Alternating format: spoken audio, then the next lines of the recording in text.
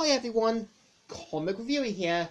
This time reviewing on the 1939 film The Wizard of Oz. Now, as you know, The Wizard of Oz is a 1939 musical fantasy film that was an adaptation of L. Frank Baum's 1900s novel, The Wonderful Wizard of Oz, and was eventually made into a film in 1939, as well as featuring the iconic star Judy Garland, who was known for playing the role of Dorothy.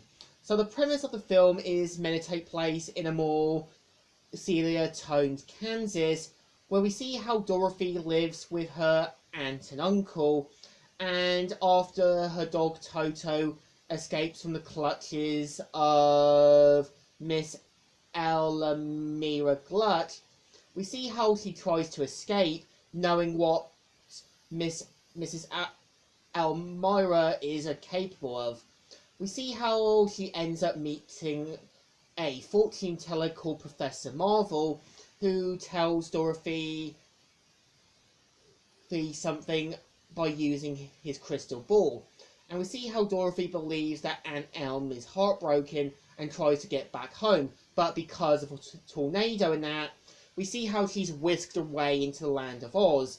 And after killing the Wicked Witch of the East, we see how the Munchkins celebrate, and we see how Dorothy journeys on the Yellow Brick Road, well, pretty much having to be careful as well as escaping the clutches of the Wicked Witch of the West.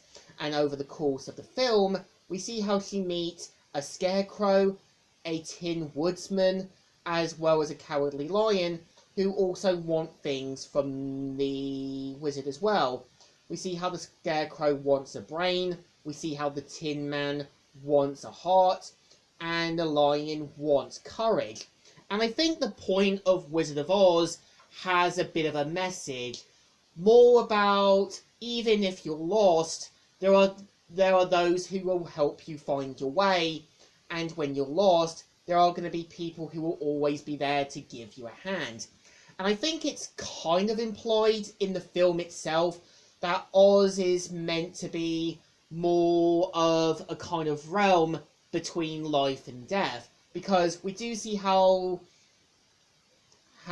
Dorothy ends up getting whacked around the head during the tornado in the house, and we kind of see how it's more of a kind of in her own make-believe world.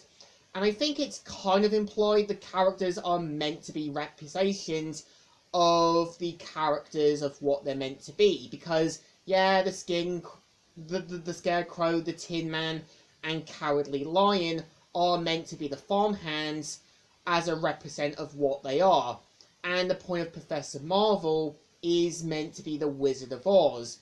And yeah, the point of the Wicked Witch of the East is meant to be Miss Elmira, given the fact they both wealthy, own a certain territory, and so much. And I think the point of Glinda is kind of meant to be a character who's meant to help Dorothy stay in the light and not fall to the darkness. Which I think that was kind of the point, because I think the point of the Land of Oz, at least in this version, is meant to be their version of a gateway between heaven and hell, and trying to help Dorothy get back into the light.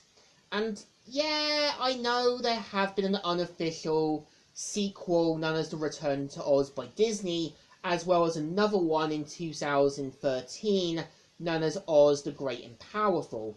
And I think for the most part, I think the film really does try to keep a comical tone, but not trying to be too serious.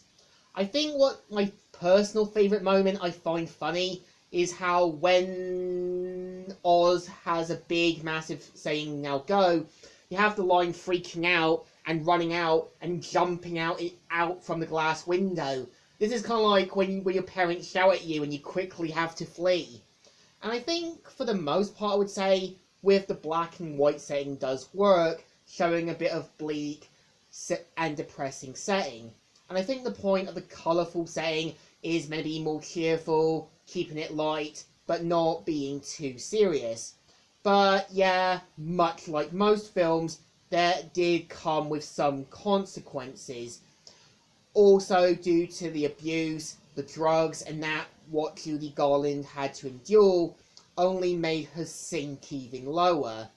And I think the point of Hollywood is, even though there have been good movies, there would always come a price back then and now, as sometimes actions have consequences, and actions will always come with a price. But I think, to me, The Wizard of Oz is an enjoyable film. I think you've got The Land of Oz that's kind of more colourful, showing you what they had to do to kind of set up the settings, knew what they had to kind of do despite what they had. And I think, yeah, the point of Kansas is meant to be a more bleaker and depressing setting. But I think the film definitely still deserves 2 thumbs ups. Still good and still alright. So, Comic Reviewer here, signing out.